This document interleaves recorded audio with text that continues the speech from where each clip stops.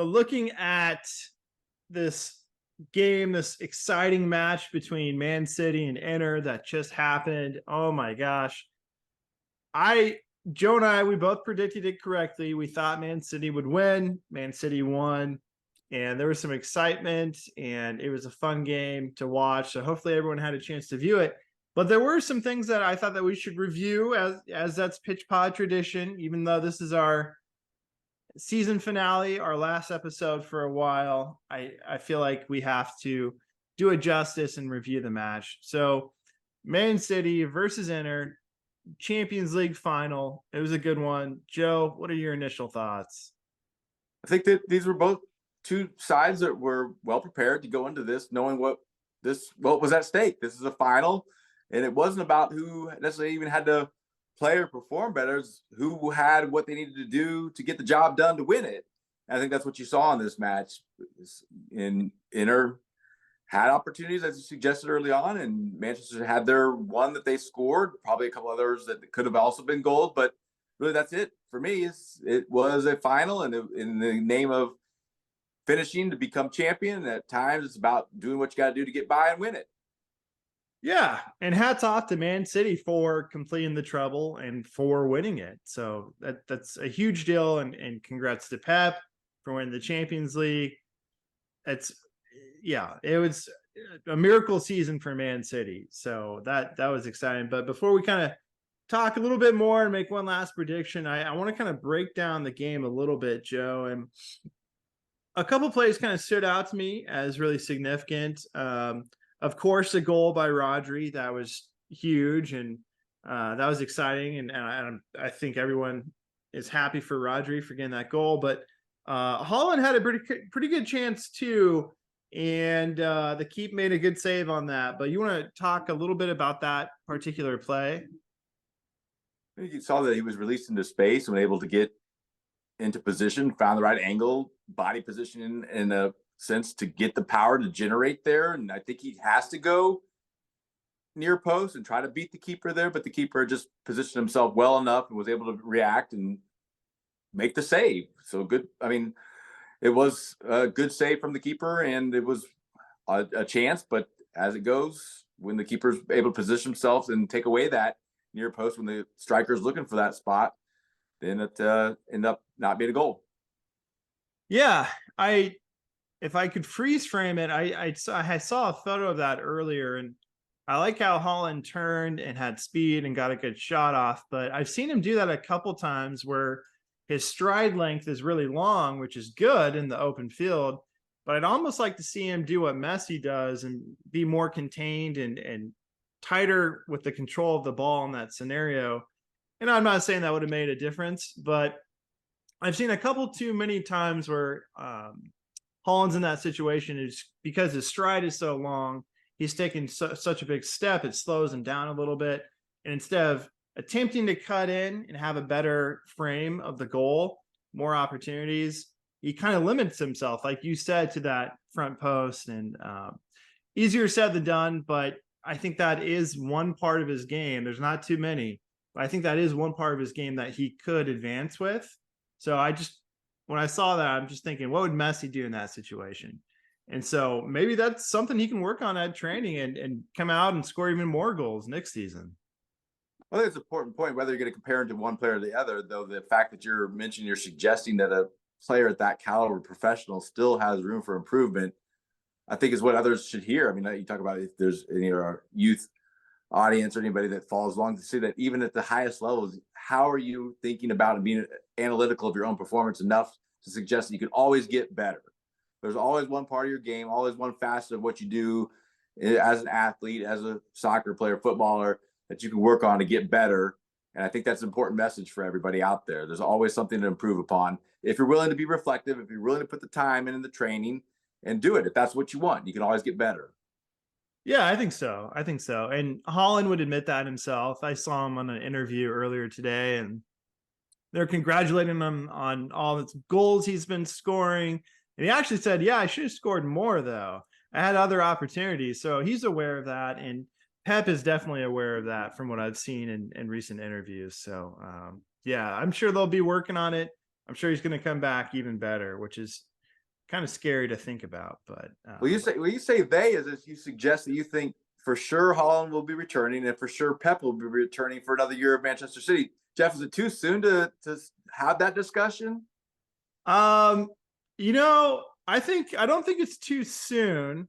Um, yeah, I mean, I've heard rumors about Holland and opportunities for him to leave, and Pep can go anywhere he wants after winning this treble.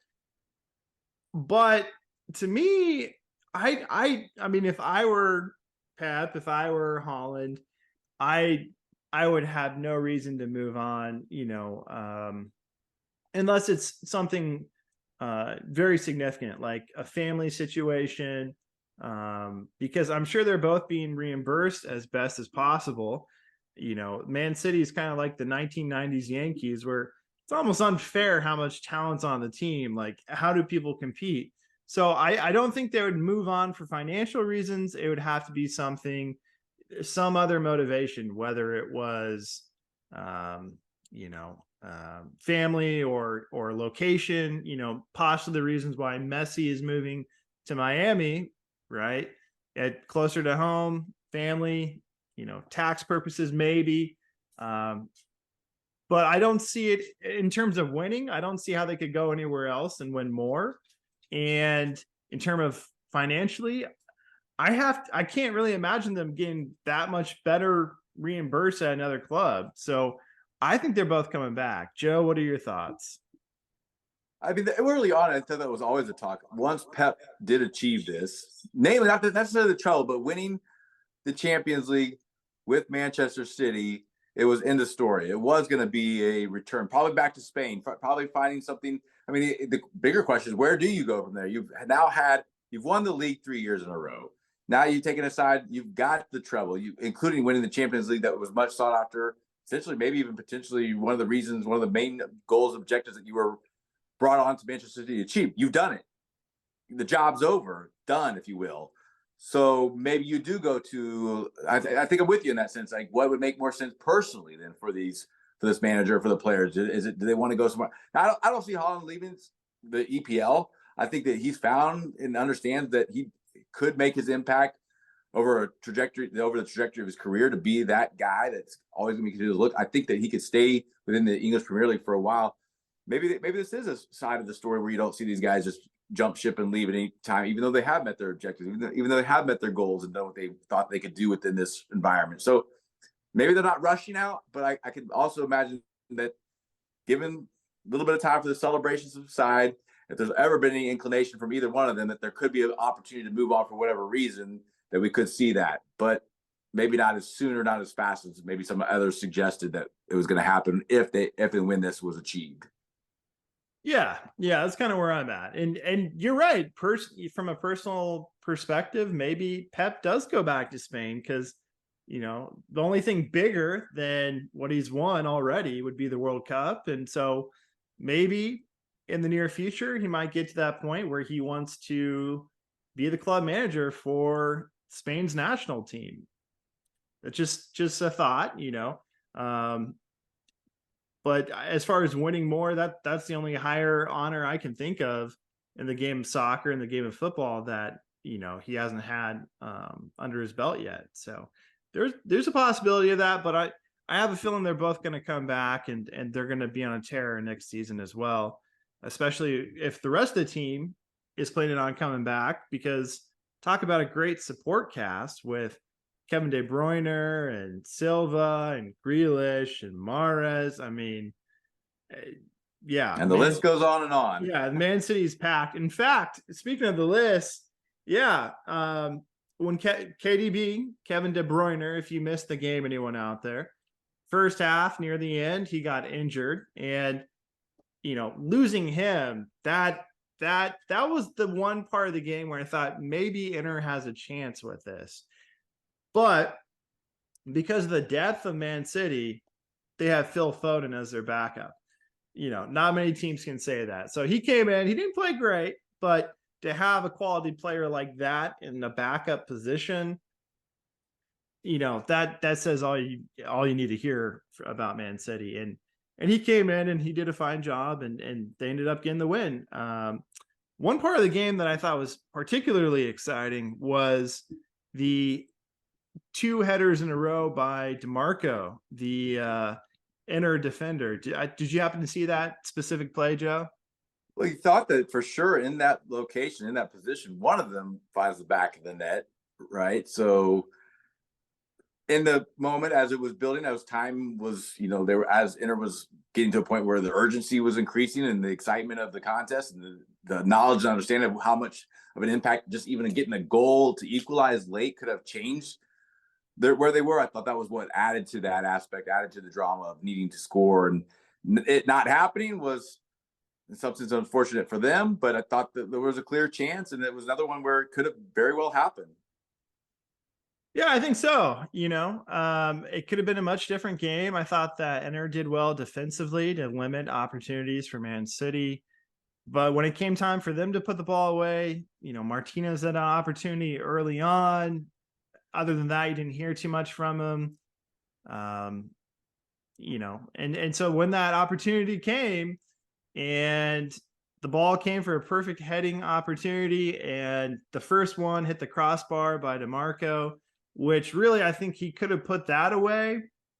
I know he's a defender, but speaking of player development, at that level especially, you got to be able to put that ball away no matter what position you are, right? And then he had a second opportunity, and this one I think is more of a mental mistake. Instead of just trying to get a quality shot off, he rushed it, kind of went into panic mode is what it looked like, and dove and hit the ball into his own player, Lukaku. Instead of bring that down, open net, and just put it in, keeping the ball low. So, had he reacted differently, had he been more prepared, had he been trained for that situation a little bit better with his head, maybe that game could have ended drastically different. So that play stood out to me as significant, and yeah, you got to do better in those situations. That's why we continue to be fans of this game, because I mean, yes, you could say on paper, you could say in theory, you could say that a player in that position, expected goals, whatever, however you want to frame it and talk about that, that should be a ball in the back of the net. It's the game. It's the fervor of the drama and the excitement of everything goes with it. And, you and I here thousands and thousands of miles away watching it on a television, so why not get it done? But it's more than that. And that's what I think you need to draw people back to the game. It could be anything. It could be a number of aspects and reasons why it didn't happen for whatever purpose and whatnot. But yes, you would like to have seen it maybe go there to see it. I think late, it might have been even late enough to see it go into extra time, which could add more drama to the game, the competition. But as they say, it didn't happen. And here we are. We're talking about, again, Manchester City winning Champions League. Congratulations to the team, and congratulations to all the players in the club and everybody involved. Absolutely. Pep deserved that. He's been winning that for a while. So as Joe said, hats off to Man City. It was a heck of a match, heck of a season for them. And it's also kind of been the end of our season as well here at the Pitch Pod. We are wrapping things up. We are done after this episode goes out, because we have covered this season. We've been with you guys from the World Cup, the Premier League, all other leagues around the world. We try to cover as many as we could, all the way through the end of the Champions League. And it's been quite a journey. Thank you so much for tuning in and watching with us and following the games. And it's been really fun for Joe and myself. And in Pitch Pod tradition, we are going to make one last prediction.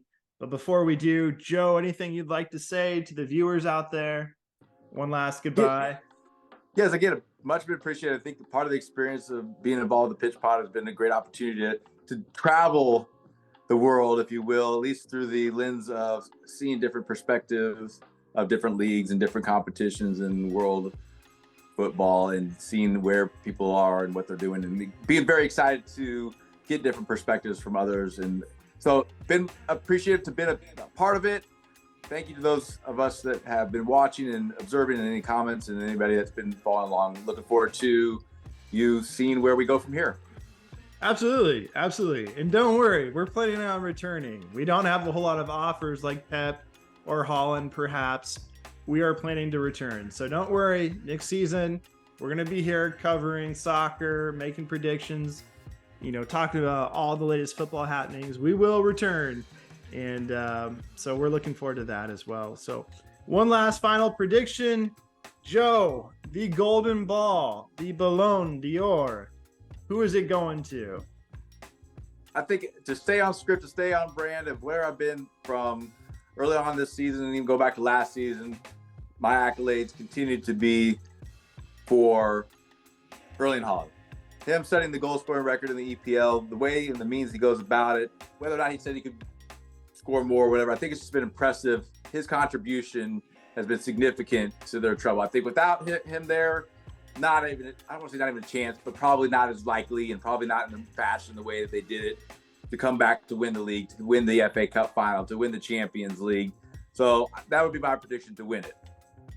Okay. Interesting. Very interesting. Now, I do want to throw out a couple of names of people that I think you could make an argument for. Names of a couple of people that I think are deserving. I could easily see Kane with the season he had and the team that he represents and his supporting cast. What he accomplished this season, I think, is really, really impressive. Not only goal-wise, but assist-wise, leading the team. I just was really impressed with him throughout the season. Also, KDB, Kevin De Bruyne, also of Man City.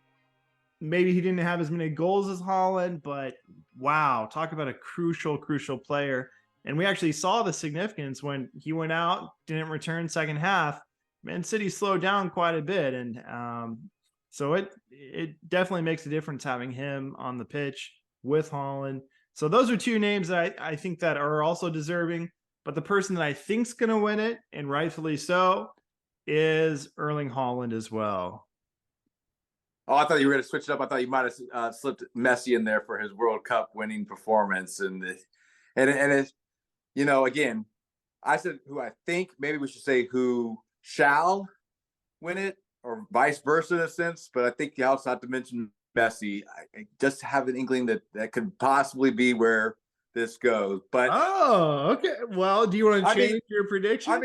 It's again the prediction of who I think. Is it a play? Is it the rhetoric? Is it a play on words? I don't know who I think who I think will, or who I think shall. Okay. Love to have some listeners debate on what that terminology and what that lexicon of I think will versus I think shall.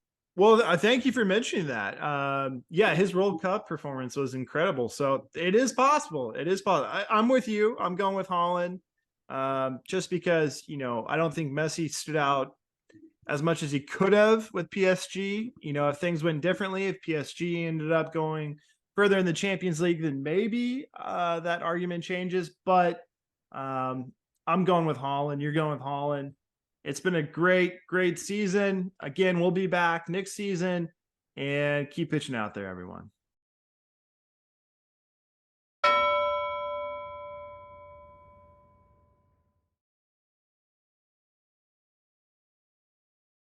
In a game, the round ball, round posts, anything can happen.